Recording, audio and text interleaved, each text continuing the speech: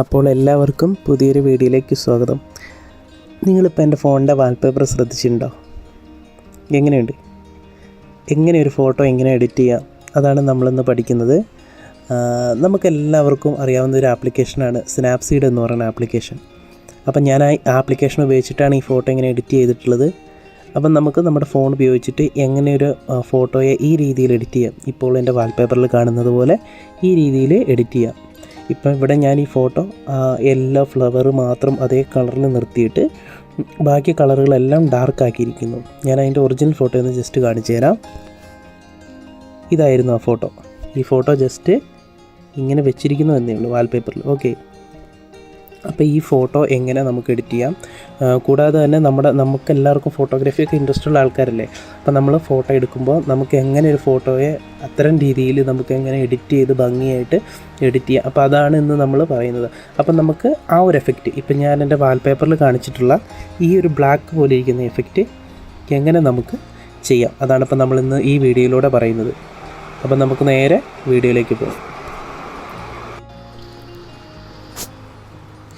Okay, നമുക്കിപ്പം Snapseed open ചെയ്യാം. അതിനുശേഷം നമുക്ക് എഡിറ്റ് ചെയ്യേണ്ടതായിട്ടുള്ള ആ ഇമേജിനെ നമുക്ക് ഇതിലേക്ക് കൊണ്ടുവരാം. ഓക്കെ, ഞാനൊരു ഇമേജ് സെലക്ട് ചെയ്തു. അപ്പോൾ നമ്മളിന്നിവിടെ ചെയ്യാൻ പോകുന്നത് ഈ ഫ്ലവറിനെ ഇതേ ടോണിൽ നിലനിർത്തിക്കൊണ്ട് തന്നെ ബാലൻസ് എല്ലാം ഫുള്ളായിട്ട് ഡാർക്ക് ചെയ്യാനാണ് നമ്മളിന്ന് ഇവിടെ നോക്കുന്നത്. അപ്പം അതിനായിട്ട് നമുക്ക് ടൂൾസിൽ സെലക്റ്റീവ് എന്ന് പറഞ്ഞിട്ടൊരു ഓപ്ഷൻ ഉണ്ട്. ജസ്റ്റ് അതിൽ ക്ലിക്ക് ചെയ്യുക. അതിനുശേഷം നമുക്ക് ടോൺ ഔട്ട് ചെയ്യേണ്ടതായിട്ടുള്ള കളർ ഇവിടെ ഗ്രീനാണ്. അപ്പോൾ ജസ്റ്റ് നമുക്ക് ഗ്രീനിൻ്റെ മുകളിൽ ഇങ്ങനെ ഒരു ഫിക്സ് ചെയ്തതിന് ശേഷം കൈ എടുക്കുക. അപ്പോൾ നമുക്ക് ആ പോയിൻറ്റ്സ് അവിടെ ഫിക്സ് ആയിരിക്കുന്നതാണ്.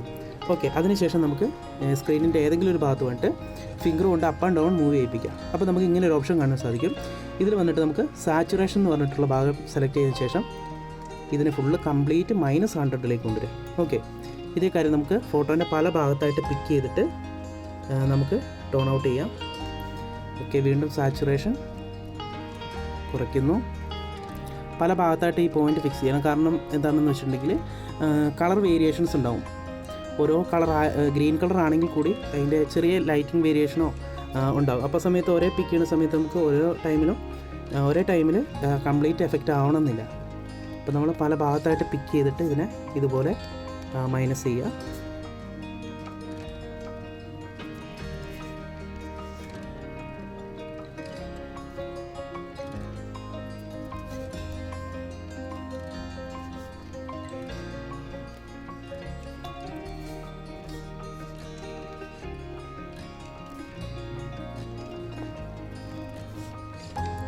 ഓക്കെ, ഇപ്പം നമുക്ക് ഇവിടെ ഈ പോയിൻ്റ് ആക്റ്റീവ് ആവില്ല. അപ്പം നമ്മൾ ഇവിടെ ടിക്ക് മാർക്ക് ഇവിടെ നമുക്ക് കാണാൻ സാധിക്കും. ജസ്റ്റ് അതിൽ ടിക്ക് ചെയ്യുക. അപ്പോൾ ജസ്റ്റ് ഒന്ന് സേവ് ആകും. വീണ്ടും ടൂൾസിൽ പോയിട്ട് സെലക്റ്റീവ് എടുത്തിട്ട് വീണ്ടും നമുക്ക് കണ്ടിന്യൂ ചെയ്യാം.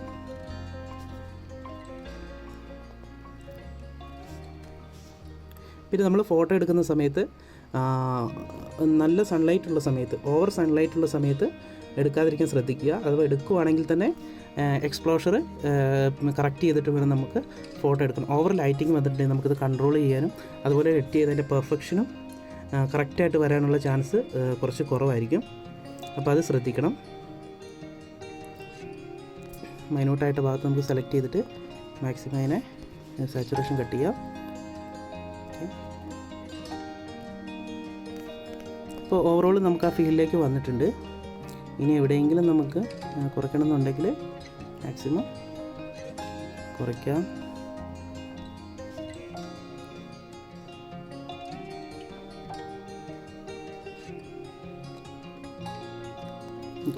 നമുക്ക് ഓൾമോസ്റ്റ് ഇപ്പം ആ ഒരു മോഡിലേക്ക് വന്നിട്ടുണ്ട് ഫോട്ടോ.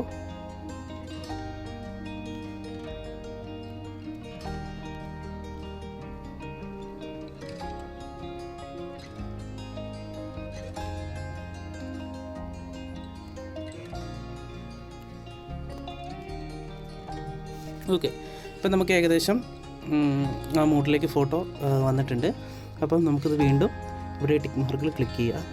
ഓക്കെ, ഇപ്പോൾ നമ്മുടെ ചെയ്തിരിക്കുന്ന കാര്യങ്ങൾ ഒന്ന് സേവ് ആയിട്ടുണ്ട്. ഇതിന് ശേഷം നമുക്ക് ഒരു കാര്യം കൂടി ചെയ്യേണ്ടതുണ്ട്. അതിനായിട്ട് നമുക്ക് ടൂൾസ് എന്ന് പറഞ്ഞ ഭാഗത്തേക്ക് പോകാം. ഓക്കെ, ടൂൾസിൽ പോയതിന് ശേഷം നമുക്കിവിടെ വിൻറ്റേജ് എന്ന് പറഞ്ഞിട്ടുള്ള ഓപ്ഷൻ കാണാൻ സാധിക്കും. ഓക്കെ, ജസ്റ്റ് അതിൽ ക്ലിക്ക് ചെയ്യുക. ഓക്കെ, ഇവിടെ നമുക്ക് കുറേ ഫിൽറ്റേഴ്സ് പോലെ കുറേ നമുക്ക് കാണാൻ സാധിക്കും. നമുക്ക് ഓരോന്ന് ജസ്റ്റ് ചെക്ക് ചെയ്ത് നോക്കാം. ഓക്കെ, ഇങ്ങനെ പലതായിട്ട് നമുക്കതിൽ കാണാൻ സാധിക്കും. അതിൽ ഏറ്റവും ലാസ്റ്റുള്ള 12 എന്ന നമ്പറാണ് ഞാൻ സജസ്റ്റ് ചെയ്യുന്നത്. ജസ്റ്റ് അതിൽ ക്ലിക്ക് ചെയ്യുക. നമുക്ക് ഈ ഒരു മൂഡിൽ നമുക്ക് ആ 12 എന്ന് പറഞ്ഞിട്ടുള്ള ആ ഫിൽറ്റർ പോലുള്ള അത് ചൂസ് ചെയ്യാം. ഓക്കെ, ഇപ്പോൾ നമുക്ക് ആ ഫോട്ടോൻ്റെ കറക്റ്റ് മോഡിലേക്ക് വന്നിട്ടുണ്ട്. അപ്പോൾ ഇത്രയേ ഉള്ളൂ ഈ വീഡിയോ. അപ്പോൾ നിങ്ങളും ട്രൈ ചെയ്ത് നോക്കുക. ഇഷ്ടപ്പെട്ടാൽ ലൈക്ക് ചെയ്യുക, ഷെയർ ചെയ്യുക. നമുക്കിനി ഇത് സേവ് ചെയ്യാം. Okay, then export, save. Okay, നമുക്ക് ജസ്റ്റ് ഒന്ന് നോക്കാം. ഓക്കെ, ഇപ്പോൾ നമുക്ക് നോക്കിക്കഴിഞ്ഞാൽ ഫോട്ടോ വളരെ മനോഹരമായിട്ട് നമുക്ക് വന്നതായിട്ട് കാണാൻ സാധിക്കും. ഓക്കെ, അപ്പോൾ നമുക്ക് പുതിയൊരു വീഡിയോ ആയിട്ട് വീണ്ടും കാണാം. മറ്റുള്ളവരിലേക്കും ഈ വീഡിയോ ഷെയർ ചെയ്യുക. Thank you so much.